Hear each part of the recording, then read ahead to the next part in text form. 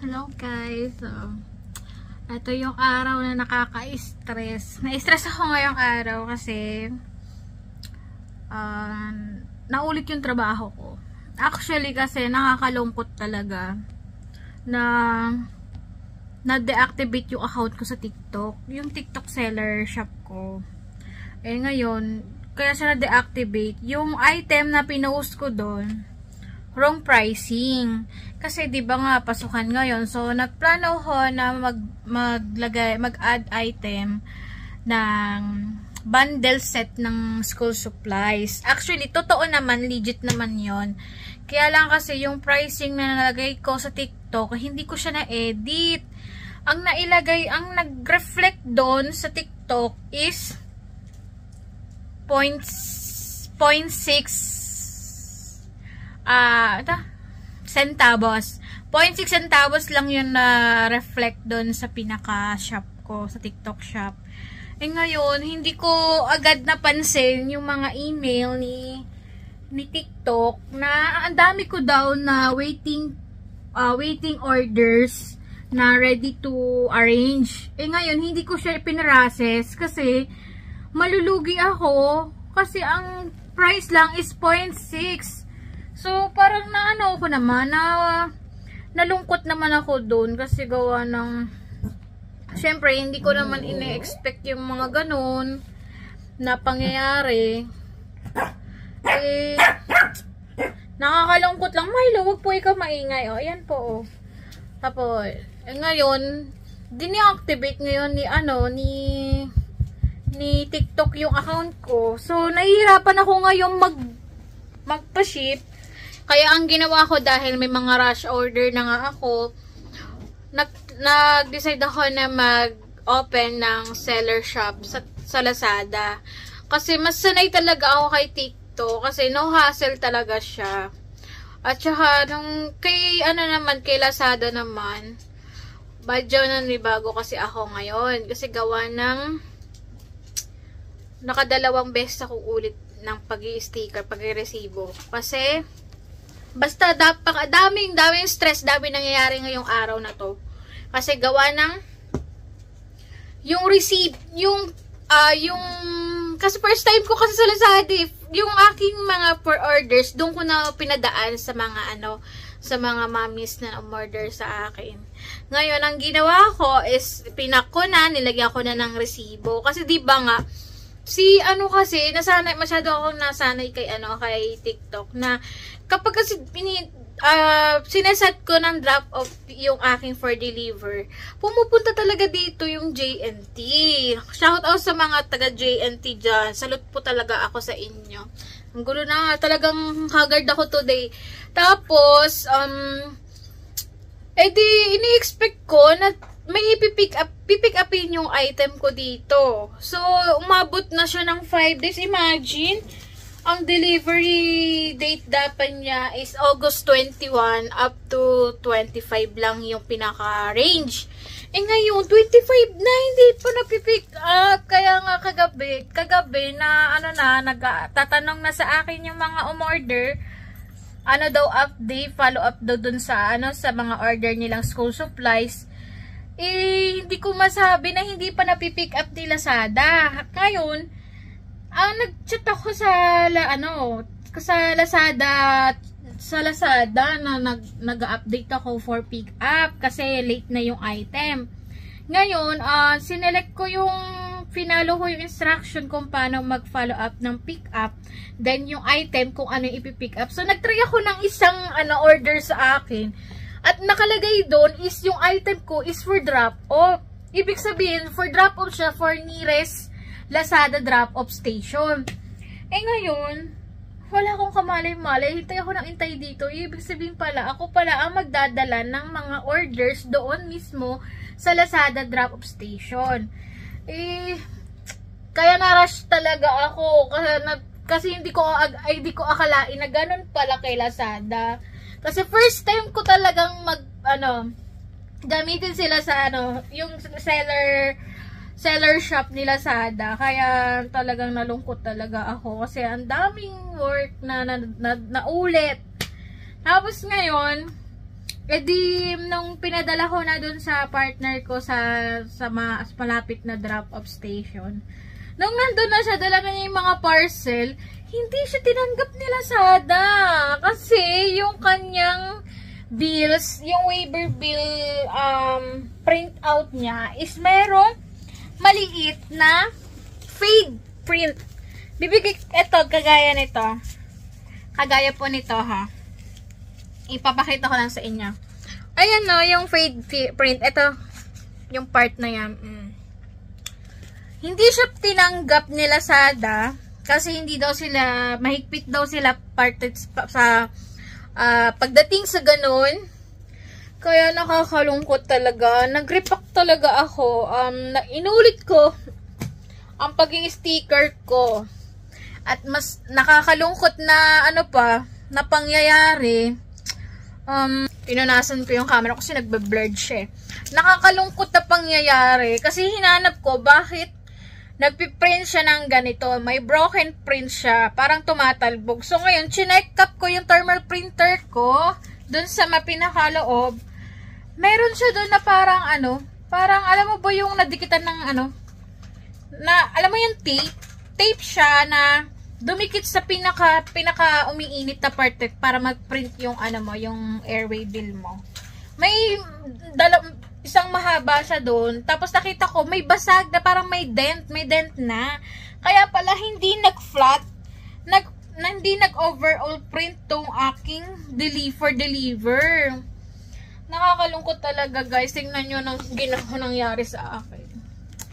Yan, ganyan kagulo. Ganyan kagulo yung nangyari sa akin ngayong araw na to. Ang daming nasayang na sticker. Actually, hindi naman to magiging sayang kasi magagamit ko pa rin naman yan. Ano lang, nagpapahinga lang ako ng kaunti kasi talagang nawindang talaga ako ngayong araw na to. So, nagloko itong thermal printer ko.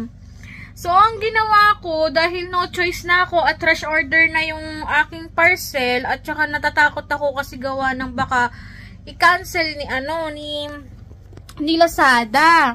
Kaya ang ginawa ko is pumunta ako sa pinakamalapit na computer shop na pwedeng i-print yung airway bill ko. Kaya ang ginawa ko is sinave ko yung mga airway bill putik. Airway AWB ko. Ginawa ko siyang PDF. Then, nag-chat ako doon sa kakilala ko na malapit lang sa amin na nagpiprint out ng nagpiprint at Xerox scan. Sabi ko sa kanya, magpapaprint ako. May, wag po ikaw maingay. Wag po ikaw maingay. Dasi Milo ng gugulo. Saglit lang ang maingay. Sinaway ko lang yung aso ko ng gulo. Ngayon. Tapos ngayon, pumunta ako dun sa kaibigan ko, kakilala ko na malapit lang sa akin, na nagpiprint at nag-xerox dyan lang. Then, in-email ko sa kanya yung ipapaprint ko sa kanya. Then, pagpunta ko dun, hindi ko agad na nabasa yung chat niya na hindi siya nagpiprint na naka-PDF. Bakit gano'n? Ba't hindi kayo nagpiprint na naka-PDF? Samantalang ganyan na yung trabaho ninyo. Actually, alam nyo na yan kasi ako nga nandito lang sa bahay. Alam ko na yan. Pwede nyo siyang i-print ng direct na PDF. Actually, sabi niya sa akin kasi kapag naka-print daw na PDF, is malaki daw yung magiging sukat ng airway bill ko. Ang sinabi ko sa kanya, sabi ko okay lang kasi ang importante is malagyan ng sticker etong aking mga parcel kasi rush na. At saka inahabol ko pati yung oras dapat is para ma-drop off agad yung aking item. Ngayon, ang nangyari, hindi niya pinrint kasi gawa ng masisira daw talaga. Sabi ko, gawin na lang yung 4R na picture, i-print out na niya ng ganon. Ako nang bahala. Ayaw din. Sabi niya sa akin, wala daw siyang ganong papel ngayon. So, no choice ako. Nandun ako sa kanyang shop. Ako ang nag-edit via phone. Tinitignan niya ako. Nakasakit talaga sa ulo. Tinitignan niya ako na nag-e-edit ako sa phone ko na napakahina ng signal. Struggle talaga. Napakahina talaga ng signal ko kanina sa pag-e-edit kanina sa labas. Ngayon, habang nag-e-edit ako, tinitignan lang niya ako. Nung natapos na, siguro inabot ako ng 2 hours na pag-e-edit ko. Sabi ko tapos ginawa ko, after ko ma-edit, kasi nag-download pa ako ng WPS eh. Tapos, tapos ang ginawa ko pa is, ano ba to? Ano ba lang ginawa ko? Nag-download ako ng WPS, then, parang kinonvert ko yung PDF ko to image para at least ma-attach siya dun sa Word.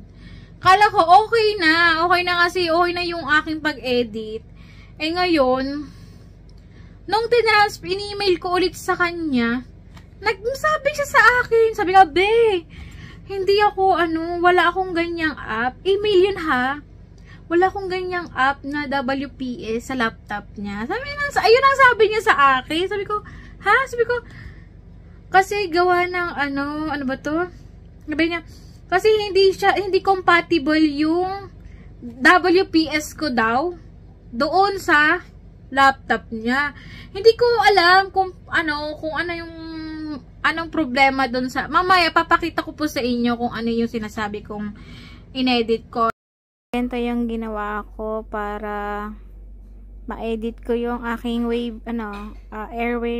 airway bill. Pumunta ako sa WPS office.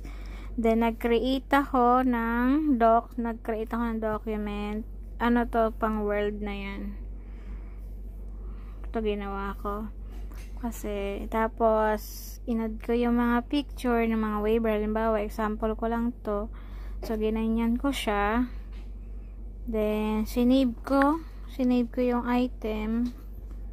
Save files. Kasi, kailangan mo siya i-save para at least B3. So, ayan, sinave ko yung item, yung files ko. Tapos, exit natin ulit. So, makikita natin yan dito sa aking WPS na nakasave siya. So, ang gagawin ko ko sa kanya para ma-transfer ko dun sa aking friend is ini-email ko. Gmail ko, sinend ko sa Gmail niya. So, magiging itsura niya sa Gmail, ganito ho. Ganito magiging itsura niya sa Gmail. So, ito yung sinend ko. So, yung kanina, dito ko na lang kay kuya ko na lang na nag-ayos sa akin. So, ganyan ang magiging itsura niya kay kuya. So, pag dinownload niya yan, diretso na yan sa Word. Kaya, hindi na siya mag-e-edit talaga. Kasi kapag once na i-open niya yung files na yan, ready to print na yan kasi na-edit ko naman na yung airway bill. So, ganun yung ginawa kong process. Correct mo ya kung mali talaga ako kasi hindi ko sure kasi hindi naman ito yung first time na nangyari yon na nagpa-print ako na nag-convert ako ng PDF to image tapos pinaprint ko ng diretso sa kanila. Actually, hindi naman ganun kahirap kasi since na trabaho naman nila yon kasi wala naman akong problema kung anong any fee na babayaran ko para dun sa assistant nila na additional na pag-edits nila. Okay lang sa akin yan. Ang importante is ma-print out na yung mga AWB ko. Then ngayon, nakakalungkot. Ang sagot niya sa akin, hindi daw niya mapaprocess. Sabi ko, be, sana sinabi mo kanina. Kasi, kanina pa ako nag-edit dito eh. Kasi, dapat ko, alam mo na hindi pala compatible ang phone dyan sa laptop mo. Sana hindi mo na pina-edit sa akin dito. May pa-chismis-chismis pa tayong dalawa. Tapos, hindi mo naman pala ipiprint out. Nakakaloka ka. Tapos, ngayon, nakakatampo talaga. Totoo lang. Kasi ako'y nagmamadali. Kasi gusto ko kasi, nireject ni Lazada yung aking item. So, ang gusto ko sana is, bago mag-5 is, maidala ulit doon. Para mapadala na. Kasi nga, ang dami nga Ang daming nangyari ngayong araw na to. Diyos ko, na-stress talaga ako. Nakaka-stress. Tapos ngayon, ang ginawa ko, lumipat ako sa ibang naghanap talaga ako, nagmotor ako, papunta dito. Siguro malapit lang din sa kanya kasi hindi ko naman expected na meron pa palang isa dito na nagsa-Xerox scan. Pumunta ako sa kanya, lalaki yung nakausap ko, si Kuya. Hello Kuya, thank you po talaga sa inyong effort. Sinabi ko sa kanya yung nangyari sa akin. Tapos ngayon sinabi ko nga na ito'y rush kasi hinahabol ko kasi doon sa hinahabol ko sa parcel, sa delivery day. Kasi nakakaya doon sa mga customer na nag-aantay sa akin. Saglit lang na nangangata yung ilong ko. Nag-aantay kasi yung mga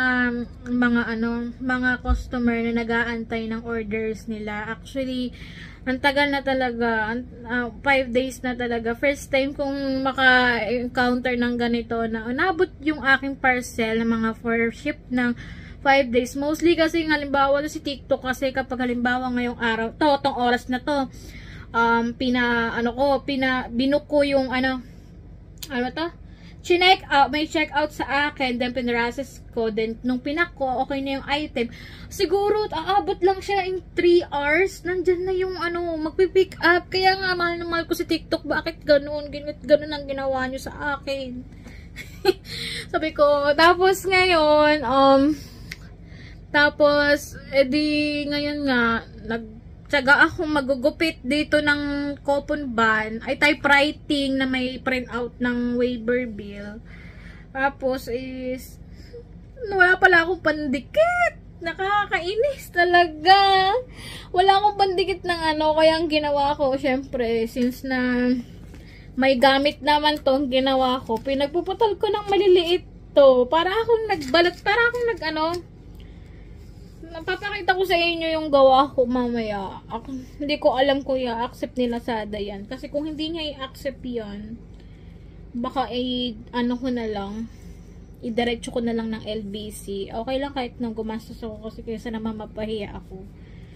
Ngayon, kapag hindi siya tinanggap nila Lazada dahil sa ganung tsura ng aking parcel, kasi tingnan mo, papakita ko sa inyo yung itsura ng parcel ko. Ewan ko kahit kasi ako disappointed Nadi-disappoint ako sa trabaho kasi ewan ko, hindi naman sa ganun, hindi naman siya totally pangit. Kasi gawa ng naman siya. Okay naman, kaya lang ako kasi, gusto ko pag nagpapadeliver ako is okay yung pagkakapak. Kasi pagpapak na nga lang, di ko pa inayos. Ganyan siya, guys. So, ganyan, parang nilagyan ko lang ng sticker yung gilid-gilid niya. Pero, yan, typewriting. Tapos, tinakpan ko lang yung, yung sticker na nauna, na hindi nga tinanggap ni Lazada. Kaya, nakakalungkot talaga.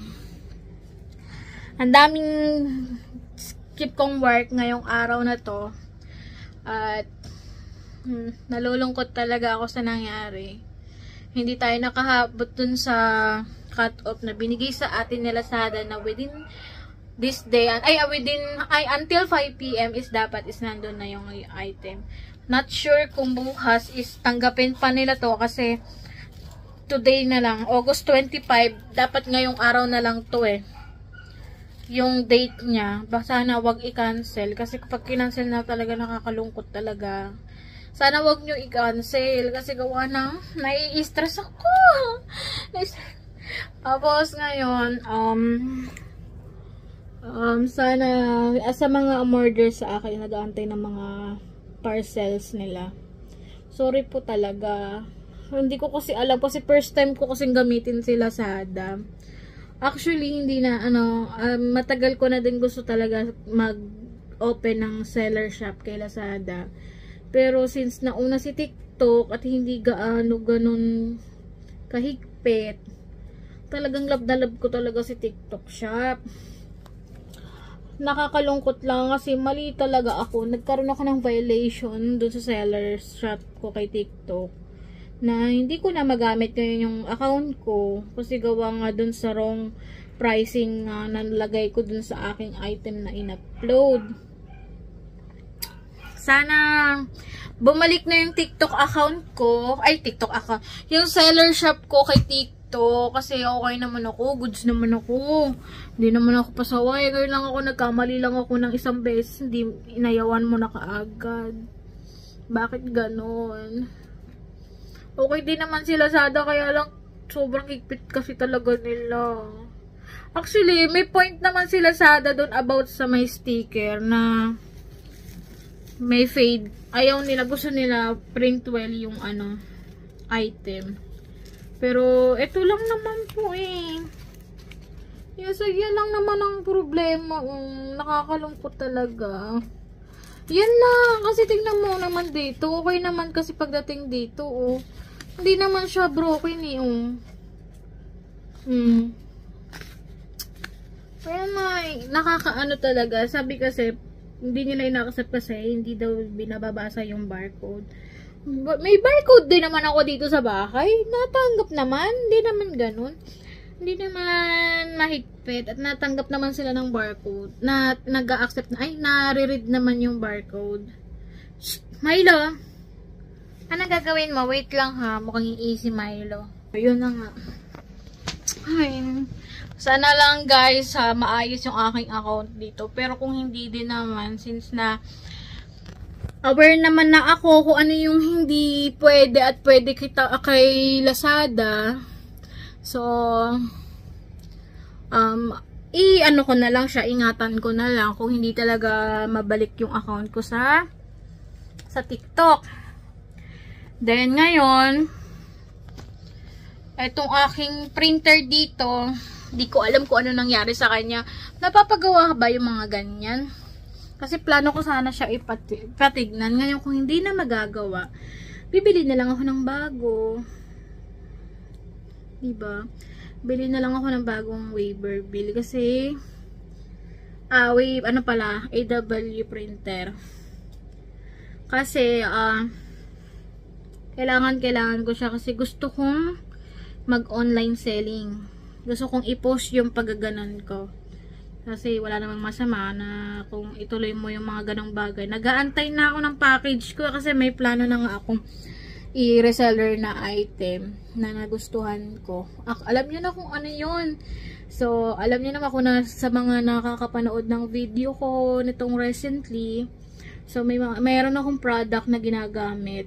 May product akong ginagamit na napakaganda. Kaya ngayon, naisip ko, since na nasimulan ko na yung ganong way at maganda naman yung item, nasubukan ko naman siya. Gusto ko siyang i-reseller talaga. Gusto ko mag-reseller na magbenta-benta nun. Kasi gusto ko lang makita kung may talent ba ako sa mga ganong bagay. So, yun lang. Na-share ko lang sa inyo yung mga experience ko ngayon kay Lazada. Sana tanggapin nyo talaga yung aking parcel bukas. So, sana wala nang maging problems. Yun lang guys. So, yun lang yung ma-share ko sa inyong araw. Sa inyo ngayong araw na to. So, sana maging okay lang talaga yung aking pag-drop out bukas at hindi ma-cancel. Kasi kapag na-cancel yung item ko, oh my god, nakakaiyak. Gusto kong umiyak. Kapag nangyari yun, kapag kinancel ulit nila sa So, yun lang guys, i-share ko lang sa inyo nangyari. Kasi gusto ko lang ikwento kasi wala akong mapagkwentuhan kundi kayo. So, bahala na kayo kung magbigay kayo na subscribe. Basta ako'y bad trip. So, yun lang guys. So, thank you. Ano?